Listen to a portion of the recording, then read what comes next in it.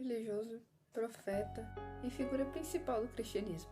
Esse é Jesus Cristo, um homem que, enquanto esteve na Terra, teve uma vida muito impressionante. No princípio, era aquele que é a palavra. Ele estava com Deus e era Deus. Ele estava com Deus no princípio. Todas as coisas foram feitas por intermédio dele. Sem ele, nada do que existe teria sido feito. Jesus foi um dos seres mais influentes em toda a história da humanidade, conhecido por ter nascido de uma mulher virgem, por ser o Filho de Deus e aquele que veio para tirar o pecado do mundo.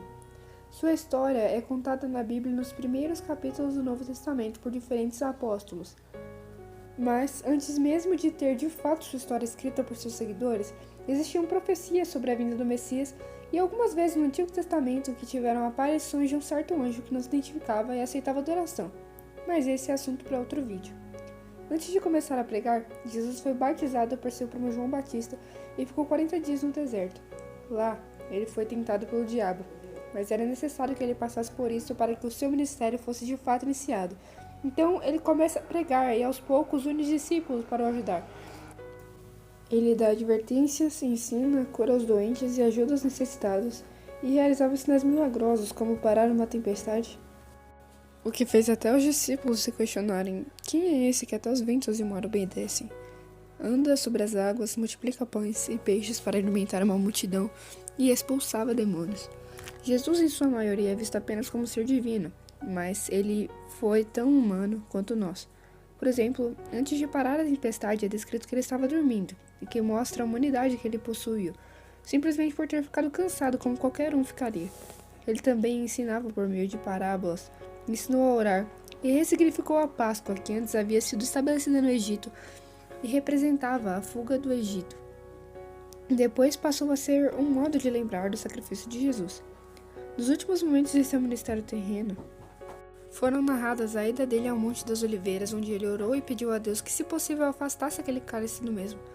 A angústia que ele sentia no seu peito era tão profunda que Jesus estava até mesmo suando sangue.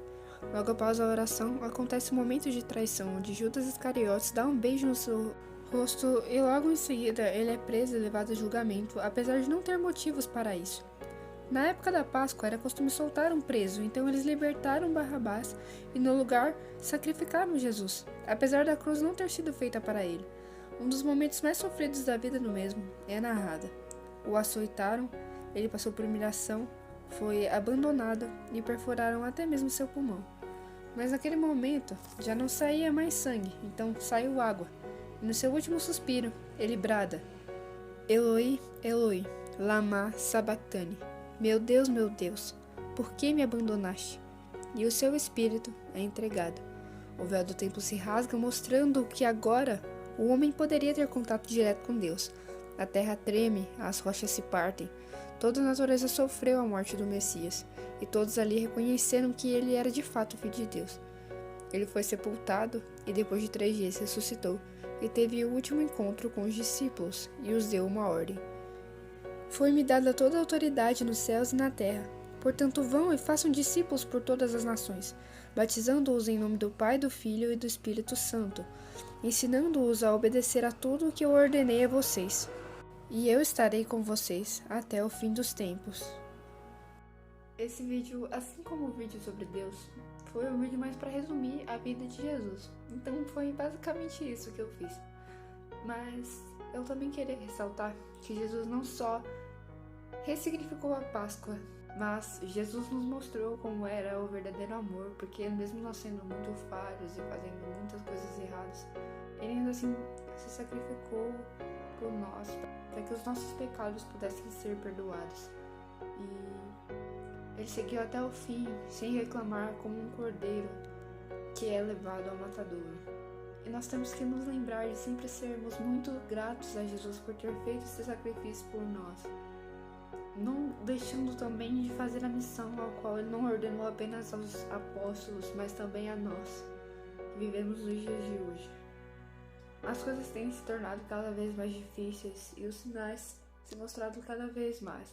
Então nós devemos cumprir a nossa parte para que logo Jesus possa voltar e nós possamos, juntos a Ele, ir também para o céu. Bom, por hoje era isso. Obrigada por assistir até aqui e até a próxima.